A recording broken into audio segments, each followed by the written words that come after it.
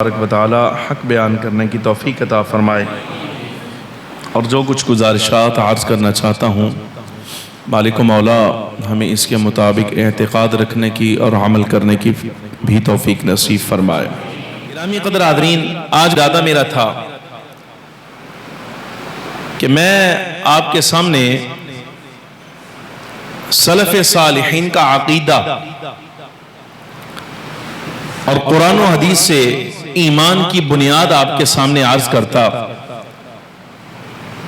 لیکن پھر میں نے سوچا، میں نے کہا نہیں، ڈبل ڈوز ہو جائے گی، دوائی زیادہ ہو جائے گی۔ بہتر یہ ہے کہ جتنا عقیدہ میں آپ احباب کو سمجھانے کی ضرورت ہے، اتنا ہی ایک اور چیز ہمارے سامنے آ رہی ہے، وہ بھی آپ کے لیے سمجھانے کے طور پر پیش کرنا بڑا ضروری ہے۔ اس کا تعلق عمل کے ساتھ ہے، فکر آخرت کے ساتھ ہے، اپنے حساب کتاب کے ساتھ ہے، بندہ مومن کے انجام کے ساتھ ہے۔ انجام کی بہتری کے لیے کچھ معاملات آپ کے سامنے عرض کرنا مقصود ہیں۔ عزت مآب سامعین کرام، انسانی حیات دو حصوں پر مشتمل ہے۔ ایک ہے اس کا ظاہر، یعنی ظاہری زندگی، جو ایک وقت مقررہ کے لیے اللہ تبارک و تعالی جل وعلا نے ہمیں عطا فرمائی ہے، وہ ہم نے گزارنی ہے۔ ایک ہے ما بعد الحیات حصہ، جب یہ آنکھ بند ہو جائے، انسان دنیا کی زندگی پوری کر کے آخرت کے جہان کی طرف چل دے، ایک حصہ وہ بھی ہے۔ گرامی مرتبت سامعین حضرات، بندہ مومن کلمہ پڑھنے والا دنیا کی زندگی میں اتنا مصروف ہے کہ اس نے کبھی توجہ ہی نہیں کی کہ میری آنکھ بند ہو جائے گی تو جس غیر فانی اور باقی جہاں میں میری آنکھ کھلے گی، وہاں میرے ساتھ کیا معاملہ پیش آئے گا۔ میں پیشہ ور خطیب نہیں ہوں، اور نہ ہی میرا ان نعت خوانوں کے ساتھ کسی قسم کا کوئی تعلق ہے جو شعر کی دنیا میں آپ کو لا کر ادبی الفاظ بول کر مسجع اور مقفع عبارتیں آپ کے سامنے ذکر کر کے آپ کو یہ یاد کراتے ہیں اور آپ کی جیب خالی کراتے ہیں کہ تم نے فکر نہیں کرنی، یہاں تمہاری آنکھ بند ہونی ہے، وہاں تمہارے لیے فرشتے اعزاز کے ساتھ کھڑے ہوں گے۔ میرا ایسے لوگوں کے ساتھ تعلق نہیں ہے۔ میں فخر عالم صلی اللہ علیہ وسلم کا کلمہ پڑھتا ہوں، قرآن میں نے پڑھا ہے، اور نبی پاک صلی اللہ علیہ وسلم کے ارشادات میرے سامنے ہیں۔ کوئی شک نہیں کہ امام الانبیاء صلی اللہ علیہ وبارک وسلم کی شفاعت حق ہے۔ آپ صلی اللہ علیہ وسلم کا قیامت کے دن گناہگاروں کی سفارش فرمانا حق ہے، لیکن زندگی کا کچھ حصہ ایسا بھی ہے جس میں اللہ تبارک و تعالی اور اس کے رسول صلی اللہ علیہ وبارک وسلم نے آپ کو اور ہمیں اللہ تبارک و تعالی جل وعلا کے خوف پر بھی گزارنے کا حکم فرمایا ہے۔ الم یأن للذین آمنوا، کیا وہ لوگ جو ایمان لا چکے ہیں ان پر ابھی یہ وقت نہیں آیا ان تخشع قلوبہم لذکر اللہ، کہ ان کے دل اللہ کے خوف سے کانپ اٹھتے؟ یہ اللہ تبارک و تعالی جل وعلا کا ارشاد ہے آل ایمان سے۔ وہ جو ایمان لا چکے ہیں، کیا ابھی ان پر یہ وقت نہیں آیا کہ ان کے دل اللہ تبارک و تعالی کے خوف سے کانپ اٹھتے، اللہ کے ذکر سے ان کے دل ڈر جاتے؟ وَمَا نَزَلَ مِنَ الْحَقِّ، اور وہ جو حق ہے، اسلام ہے، قرآن ہے، آخرت ہے، دین ہے، اللہ نے نازل فرمایا ہے، اس کے سبب سے ان کے دلوں میں اللہ کی خشیت پیدا ہو جاتی۔ کیا ابھی بھی وہ وقت نہیں آیا؟ اللہ تبارک و تعالی اہل ایمان کو مخاطب کر کے ارشاد فرماتا ہے وَلَا يَكُونُوا كَالَّذِينَ أُوتُوا الْكِتَابَ، اہل کتاب کی طرح نہ ہو جانا، اہل کتاب کی طرح نہ ہو جانا جو تم سے پہلے ہوئے، فَطَالَ عَلَيْهِمُ الْأَمَدُ، ان کی امیدیں لمبی لمبی ہو گئیں، فَقَسَتْ قُلُوبُهُمْ، تو ان کے دل سخت ہو گئے۔ انسان اپنی زندگی میں اتنا مصروف ہے کہ گھر بار بنانے، کاروبار بڑھانے، جائیداد اور اپنا معاش، اس میں بہت زیادہ ترقی کے لیے اس نے اپنے آپ کو اتنا مصروف کر لیا، گرامی مرتبہ سامعین حضرات، کہ اسے یہ ڈر نہیں رہ گیا کہ جو میں نے کمانا ہے، جس میں میں نے رہنا ہے، جو کچھ میں نے بنانا ہے، اس کا میں نے آگے چل کے حساب دینا ہے۔ ایک استاد سے مجھے یاد آئی حکایت، میں شاید پہلے بھی کئی مرتبہ آپ کے سامنے عرض کر چکا۔ ایک طالب علم نے پوچھا استاد جی حساب کتنا سخت ہوگا اور کس کا سخت ہوگا؟ حضرت استاد صاحب نے چند شاگرد سامنے بلائے اور ہر ایک کو مخصوص رقم حوالے کر کے فرمایا کہ کل مثال کے طور پہ عصر کی نماز کے بعد فلان تندور پہ تمہارے ساتھ ملاقات ہوگی، وہاں آ جانا، وہاں تمہیں تفصیل سے سمجھاؤں گا کہ حساب کس کا کتنا سخت ہوگا۔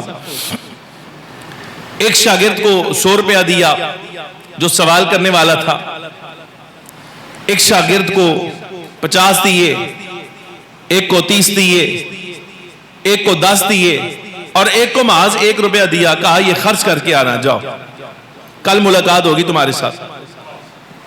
استاد شاگردوں کو سمجھا رہا ہے حساب کس کا کتنا سخت ہوگا۔ چلے گئے، طالب علم خوش باش ہیں اس بات پر کہ رقم ملی ہے، خرچ کریں گے، کل استاد صاحب نے ہمیں صرف مسئلہ سمجھانا ہے کہ حساب کتنا سخت ہوگا۔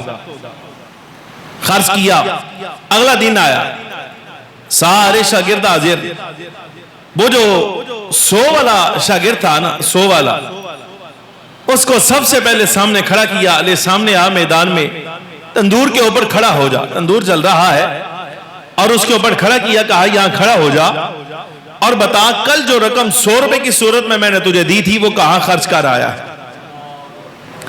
سوچ بچار شروع ہوئی، ڈنڈا استاد صاحب نے ہاتھ میں رکھ لیا، سوچ بچار شاگرد نے شروع کی، سوچا 5 یہاں خرچ کیے، 10 یہاں کیے، 20 وہاں کیے، سوچ بچار کر کے نیچے پاؤں جل رہے ہیں، وہ حساب دے رہا ہے۔ کافی دیر کے بعد جا کے اس کا حساب مکمل ہوا تو استاد صاحب نے کہا بیٹا اتر جا۔ اس کو 50 دیے تھے اس کو کھڑا کیا، اس سے پوچھا بتا بھئی تو کہاں خرچ کر کے آیا ہے؟ تو ظاہر ہے 100 کا حساب دینا بنسبت 50 کے حساب سے ذرا مشکل ہے۔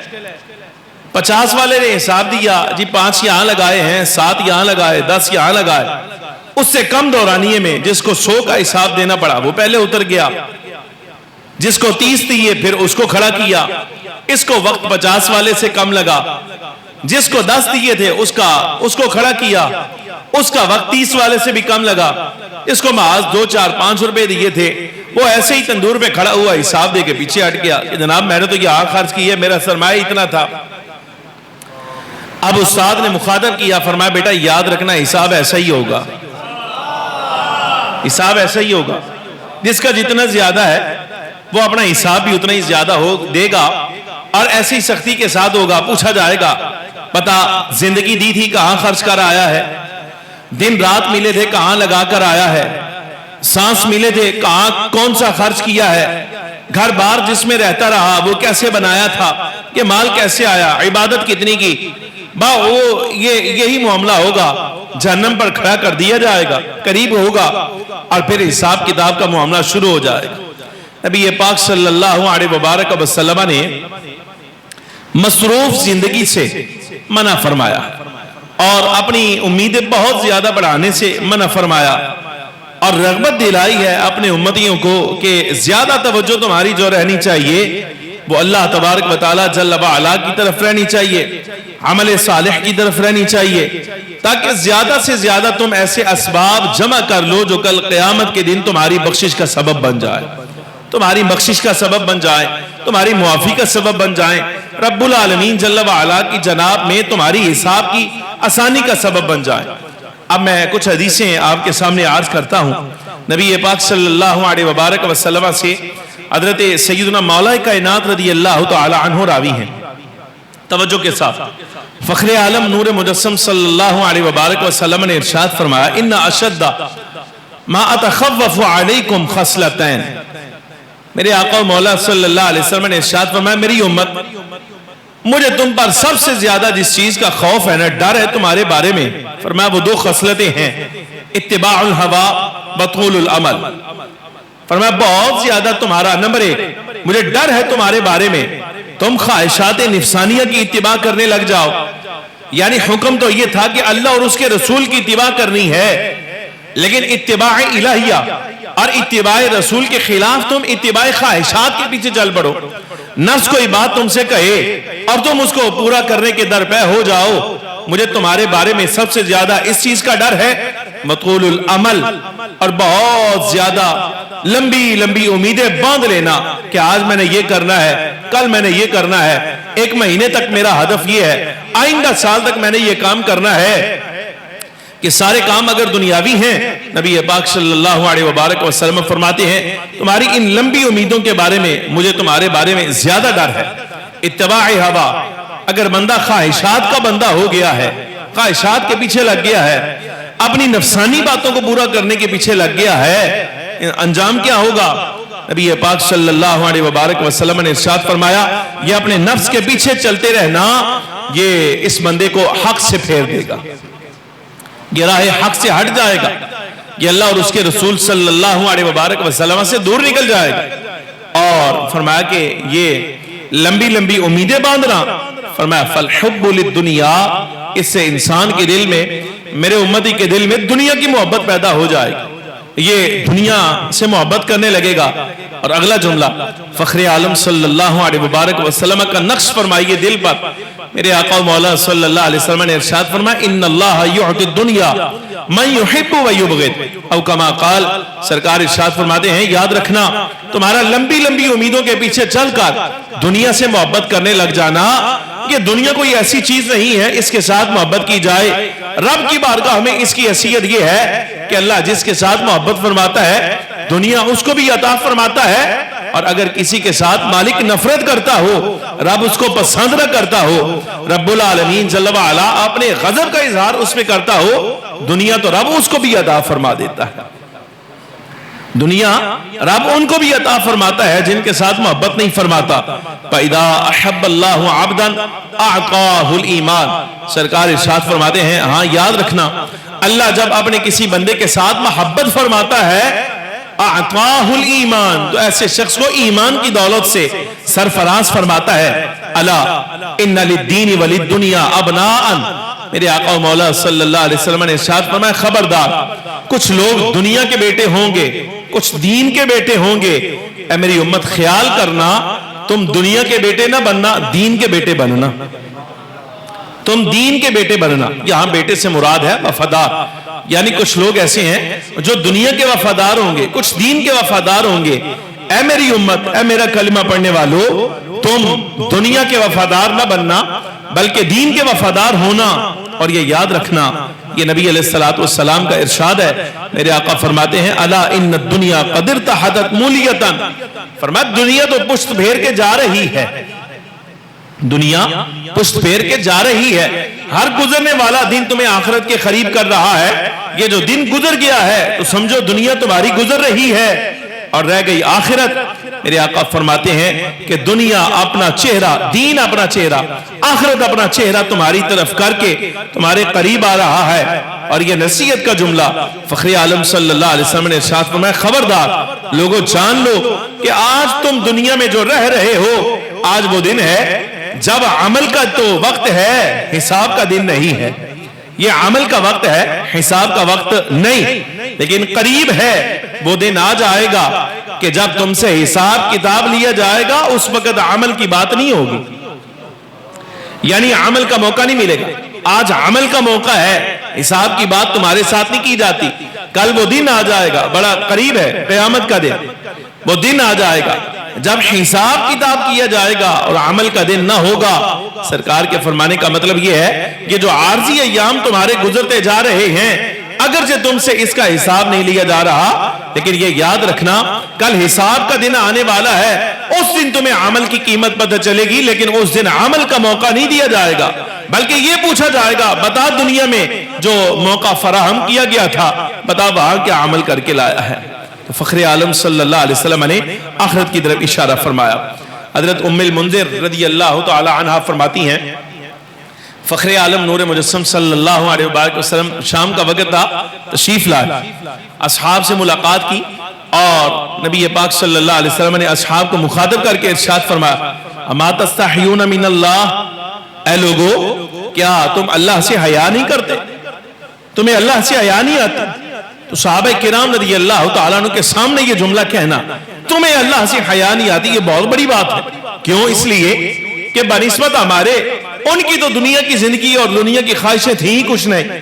وہ سفر پہ جا رہے ہیں تو بتاؤ کہاں پر؟ وہ جہاد فی سبیل اللہ میں جا رہے ہیں. تمہارا سفر شروع ہو رہا ہے کہاں سے کہاں تک کا؟ مکے سے مدینے جا رہے ہیں. بڑے بڑے گھر ہیں تمہارے؟ نہ، بس چھوٹے چھوٹے گھر ہیں. باغ میں چلے گئے، کچھ منڈی میں چلے گئے، تجارت کر لی، کو تھوڑا بہت کام کر لیا، بس یہ ان کی زندگی کا معمول ہے. قرآن عزیز کی تلاوت کرنا، قرآن ان کے سامنے اتر رہا ہے، معجزات ان کے سامنے ظاہر ہو رہے ہیں. نبی علیہ السلام ایسے احباب کو اپنی امت کا جو خلاصہ ہیں انہیں مخاطب کر کے فرما رہے ہیں کیا تمہیں اللہ سے حیا نہیں آتی؟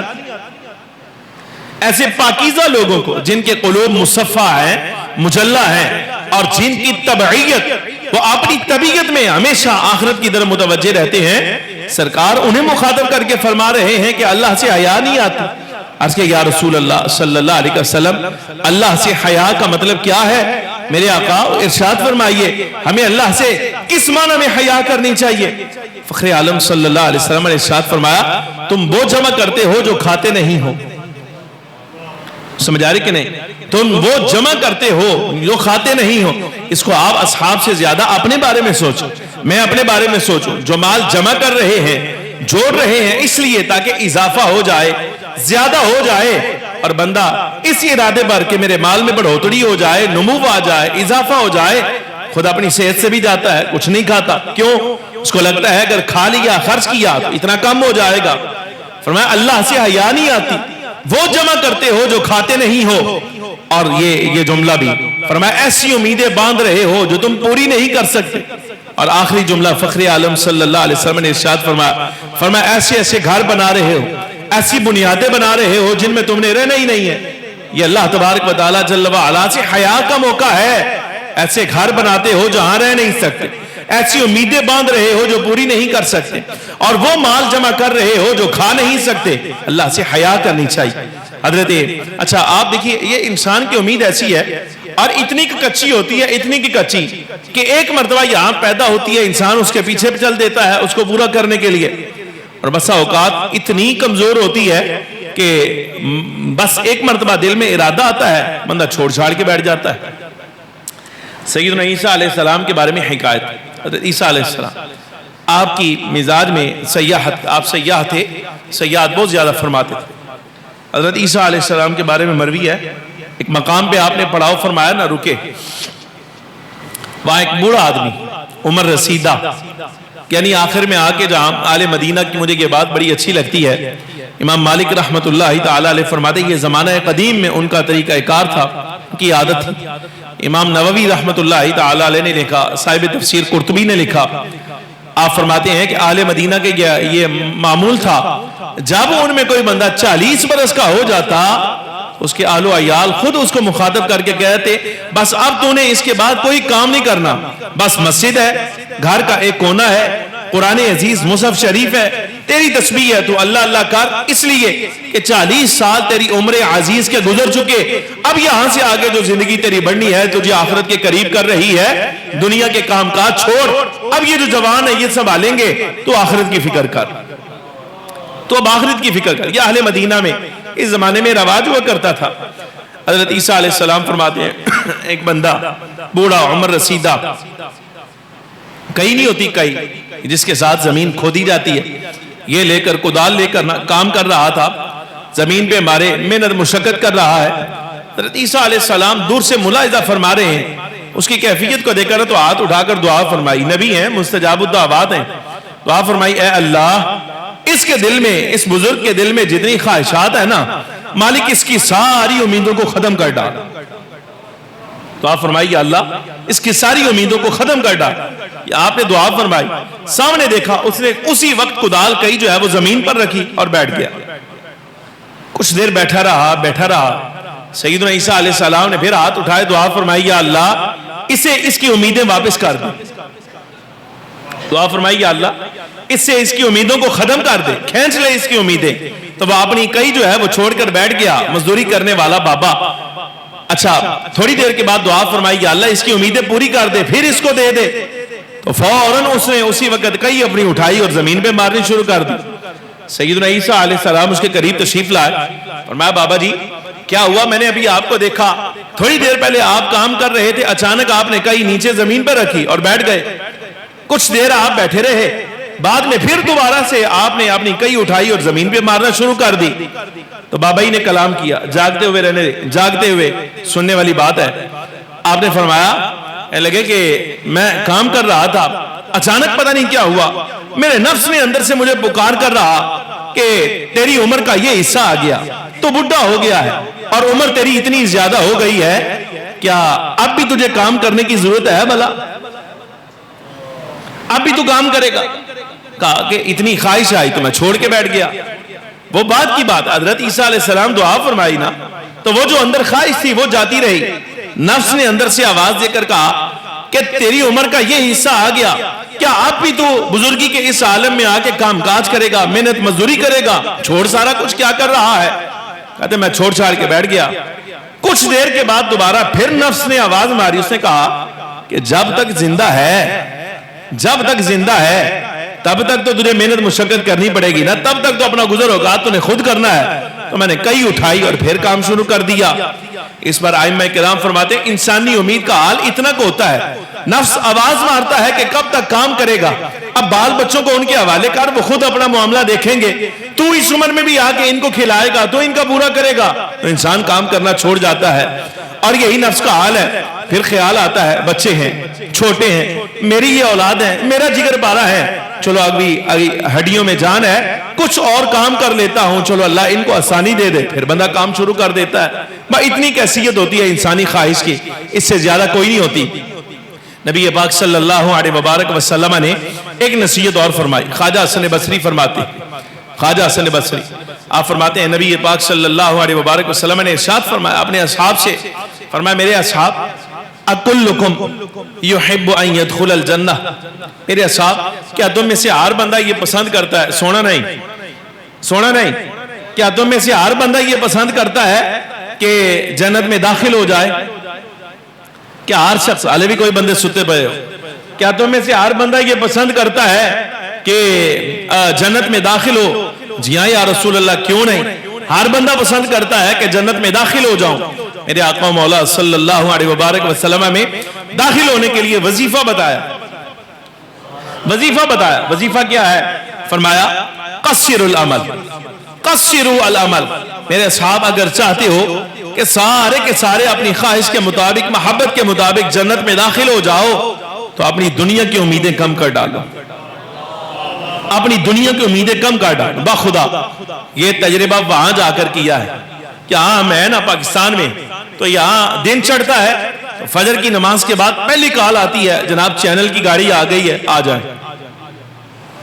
سمجھ آ رہی کہ پہلی آواز موبائل کی, جناب چینل کی گاڑی آ گئی ہے, آ جائیں. داخل ہوئے, سارا کچھ کر کر آ کے تیاری کر کے کاغذ ہاتھ میں پکڑے, اور جناب کدھر جا رہے ہیں؟ چینل تے جا رہے ہیں.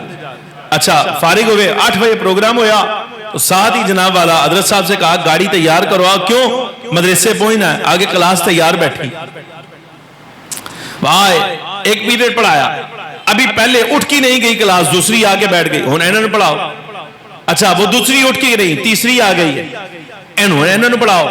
جب ان کو پڑھا کے فارغ ہوئے, اندر سے پیغام آ گیا, بے سائل انتظار کر رہے ہیں, مسئلہ پوچھنا چاہتے, اندر آؤ.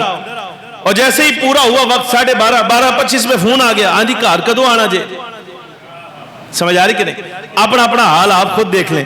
حضرت جی گھر کدوں آنا جی؟ جی آ رہے ہیں. آندے اے لئی آیا جی. سمجھ آ رہی کہ نہیں؟ آندے اے لئی آیا جی. اچھا وہ لے گئے, ہون کی کرنا ہے؟ ہون مدرسے دا ٹائم ہو رہا, ہون مدرسے پہنچو. جا کے تالا کھولا, پھر مدرسے بیٹھ گئے.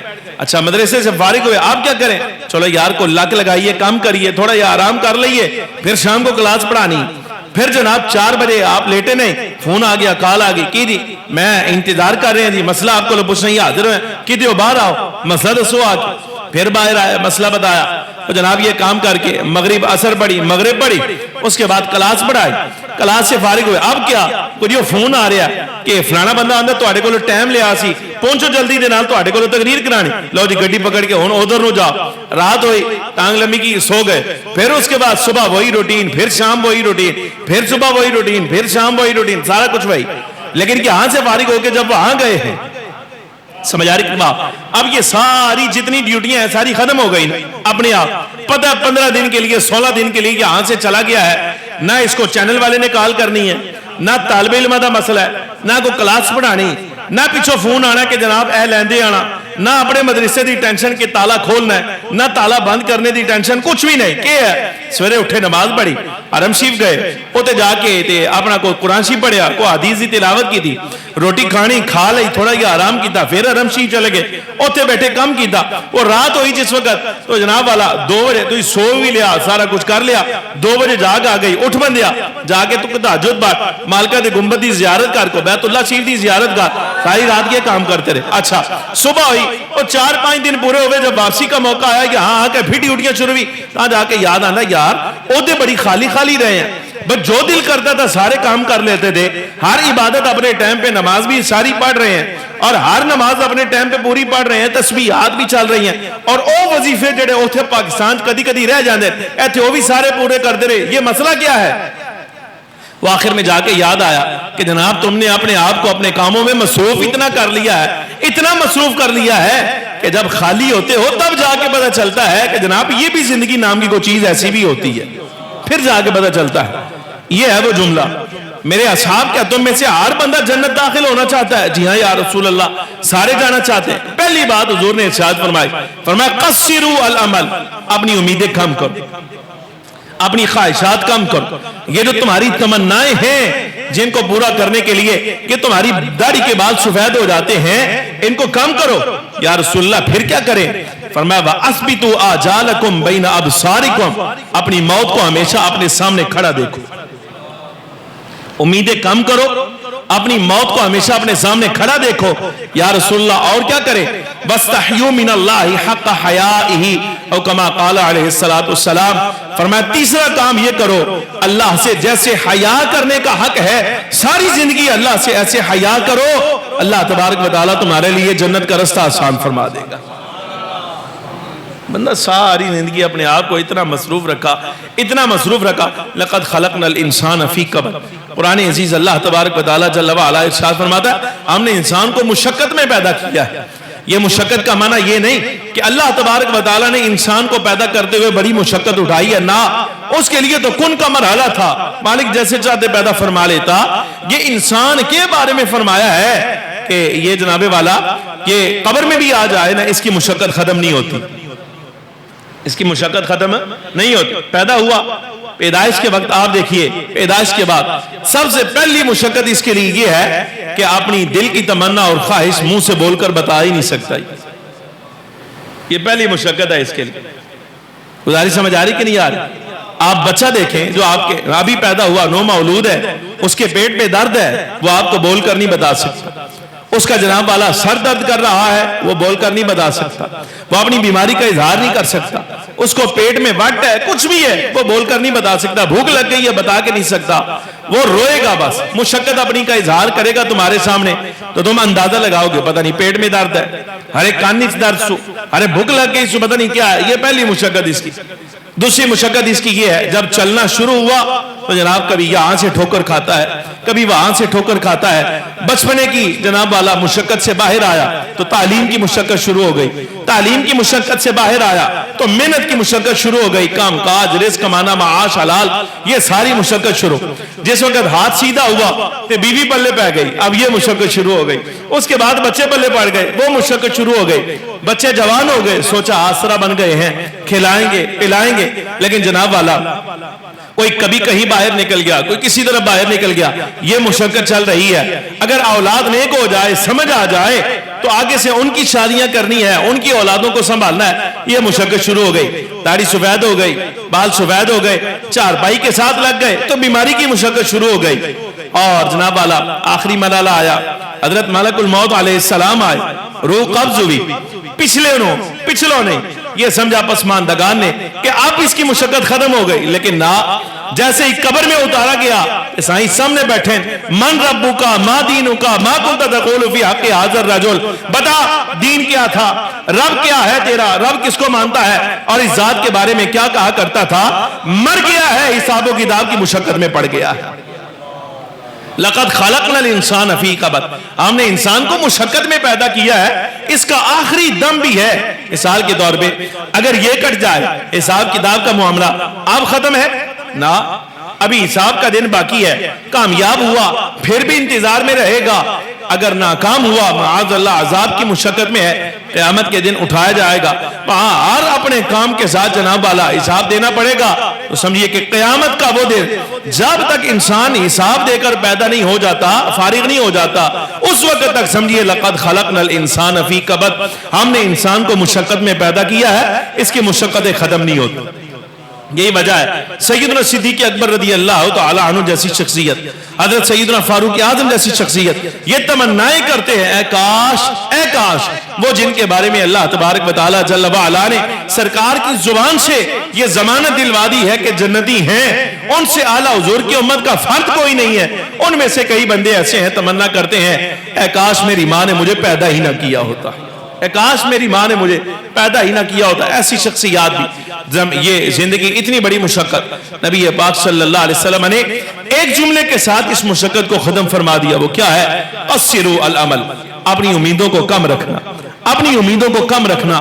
آپ کبھی تجربہ کیجئے، جس انسان کی امیدیں کم ہو جائیں، اللہ تبارک و تعالی جل وعلا اس کی مشقت کم کر دیتا ہے، اس کی مشقت کم ہو جاتا ہے۔ اچھا، اب یہ امید کم ہو جائے تو پھر کرنا کیا ہے؟ فارغ رہنا ہے؟ نہ، فارغ نہیں رہنا، بلکہ اللہ تبارک و تعالی جل وعلا کی بارگاہ میں ایسے اسباب پیش کرنے ہیں کہ قیامت کے دن یہ جو دنیا میں امیدیں کم کر کے آسانی اللہ نے دی تھی، اب عمل ایسے کرنے ہیں کہ ان اعمال کے ذریعے سے اللہ تبارک و تعالی جل وعلا آخرت کی زندگی میں بھی آسانیاں نصیب فرما دے۔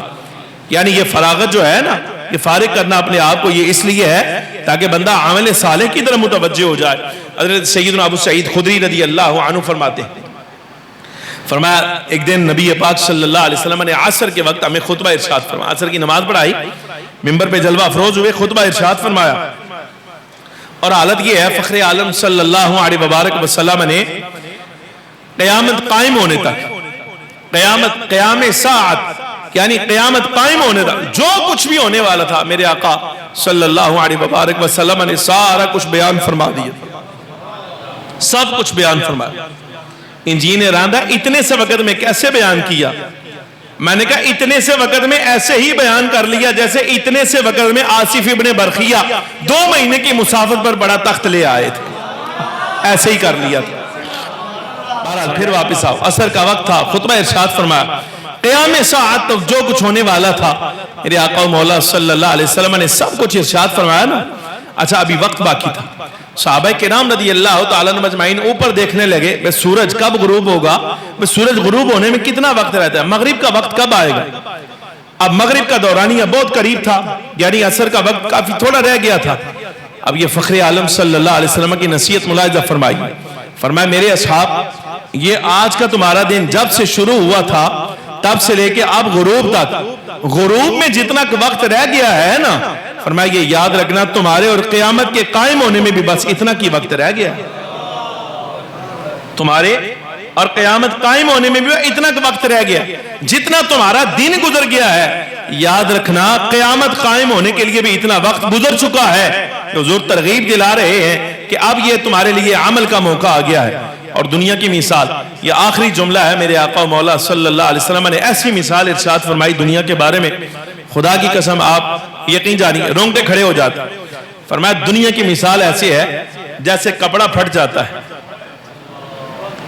توجہ ہے، جاگ رہے ہو تھوڑا یہ بڑی پیاری بات فخر عالم صلی اللہ علیہ وسلم نے اپنی امت کے لیے ارشاد فرمائی. آخری جملہ میرا اس پر مکمل ہے بات، اور یہ ترغیب ہے فخر عالم صلی اللہ علیہ وسلم کی طرف سے، اور تحدید بھی ہے، ترغیب بھی ہے اور تحدید بھی ہے، ڈرایا بھی ہے کہ عمل صالح کے لیے وقت بڑا تھوڑا رہ گیا ہے.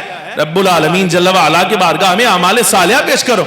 مثال بھی بیان فرمائی. فرمایا دنیا کی مثال ایسی ہے کہ بندے کا کپڑا پھٹ جائے اور پھٹتا اس طرح کی لیر ہو جائے کہ آخر میں جا کے نہ بس یہاں اٹک جائے،